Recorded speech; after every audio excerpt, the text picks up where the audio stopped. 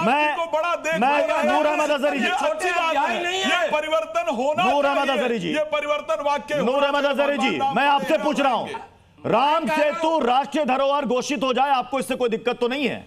किससे आप पूछ रहे हैं? मैं अजहरी साहब से पूछ रहा हूं। अजहरी साहब से पूछ रहे हैं। देखिए राम सेतु राष्ट्रीय धरोहर घोषित हो जाए, इससे तो हमें किसी तरह की कोई भी दिक्कत नहीं है। लेकिन जिस तरह से आप लोग ये प्रोपेगेंडा कर रहे हो औरंगजेब की कब्र को लेकर के और तमाम मामलात को लेकर के, ये प्रोपेगेंडा है क्यों? बताओगे आप हमें? क्या प्रोपेगेंडा? ये इस तरह से, जिस तरह से आप लोग, ये आपका प्रोपेगेंडा तो है। ये क्या भारतीय जनता पार्टी के पास इस वक्त जनता को बताने के लिए कोई चीज है नहीं जो इस तरह की बातें लेकर के आ रही है सामने? मैंने आपसे बिल्कुल सटीक सवाल पूछा, मैंने बिल्कुल सटीक सवाल पूछा। प्रोपेगेंडा पर मत जाइए, प्रोपेगेंडा पर मत जाइए। सुनिए अजहरी साहब, इस देश के अंदर कई संरक्षित स्मारक हैं, इस देश के अंदर कई राष्ट्रीय स्मारक हैं। तो अगर प्रभु श्री राम का राम सेतु अगर राष्ट्रीय स्मारक हो जाए तो आपको एक प्रोपेगेंडा नजर आता है? आपकी नजरों में प्रोपेगेंडा है? अरे कहां? नहीं, राम सेतु राष्ट्रीय स्मारक बन जाए, प्रोपेगेंडा है। किसने रोका आपको? औरंगजेब की कब्र राष्ट्रीय स्मारक के रूप में वो वहां पर बनी रहे, इसमें आपको कोई दिक्कत नहीं। लेकिन प्रभु श्री राम का स्मारक बन जाए, मतलब राष्ट्रीय स्मारक घोषित हो जाए, तो आपको प्रोपेगेंडा लग रहा है। मतलब कोई यहां कुछ बोले भी ना।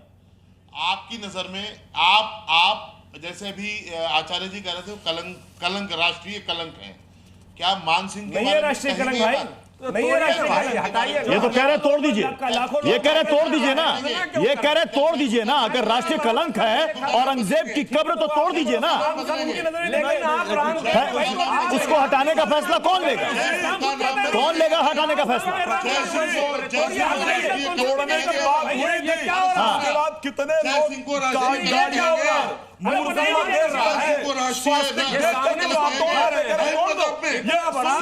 तोड़ने की तो बात भी नहीं हुई थी, तोड़ने की बात भी नहीं हुई थी, सिर्फ अफवाह फैली थी, सिर्फ अफवाह फैली थी। उसके बाद गाड़ियां तोड़ी गई, तोड़ी गई, आपके द्वारा देखकर तोड़ी गई।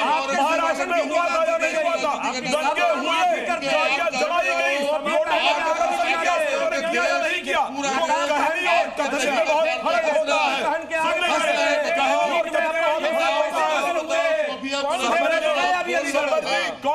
नहीं कहा 50,000 रुपया पहले नहीं आता, 50,000 फिर मांग रहा था, नहीं दिया, याद आ गया। सब पैसे का व्यापार आपका। मैं ओमजी उपाध्याय मैं आपके पास आ रहा हूँ। ओमजी उपाध्याय मैं आपके पास आ रहा हूँ। 100 साल से पुरानी कोई भी इमारत और ऐसी कोई भी संरचना जो ऐतिहासिक दृष्टिकोण से, सांस्कृतिक दृष्टिकोण से ये महत्वपूर्ण है, इसको राष्ट्रीय स्मारक घोषित कर दिया जाता है। क्या दिक्कत हो रही है राष्ट्रीय स्मारक घोषित करने में राम सेतु को?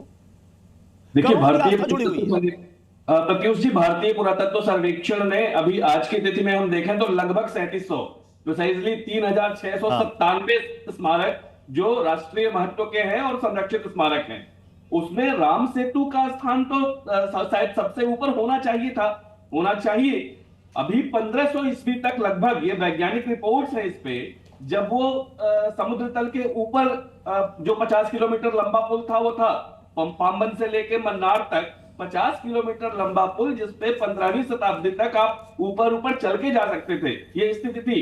कुछ जियोमॉर्फोलॉजिकल जो भी ऐसी संरचनागत कुछ घटनाएं हुई कि वो नीचे चला गया, लेकिन उसका महत्व तो इतना बड़ा है। हमारे रामायण जो हमारा ग्रंथ है, भगवान राम जो कण कण में विराजमान है इस देश के, उनसे जुड़ा हुआ वो स्मारक है। और उस स्मारक को बिना किसी देरी के कमेटी को करना होता है। वो कमेटी, अब तो खैर इस पे PI लग गया, वो कमेटी उस पर विचार करके कर सकती है। बाकी सारे स्टडीज उस पर आगे होती रहे, वो ठीक है, किसी भी तरह की संरचना है वो आगे आप डिसाइड करते रहे कि किस तरह की संरचना है, उसकी डेटिंग क्या है वगैरह। लेकिन चूंकि वो जिस घटना से जुड़ी हुई है, जिस कथा से, जिस कथानक से, हमारे जिस प्राइड से जुड़ी हुई है, हमारे जिस गौरव से जुड़ी हुई है, उसको राष्ट्रीय स्मारक मानना ही चाहिए। वो करे ना करे, हम तो मानते ही हैं। हम तो शायद अपने राष्ट्रीय स्मारकों में अगर मन की बात करें, मानस की बात करें, जनमानस की बात करें, तो सबसे ऊपर है।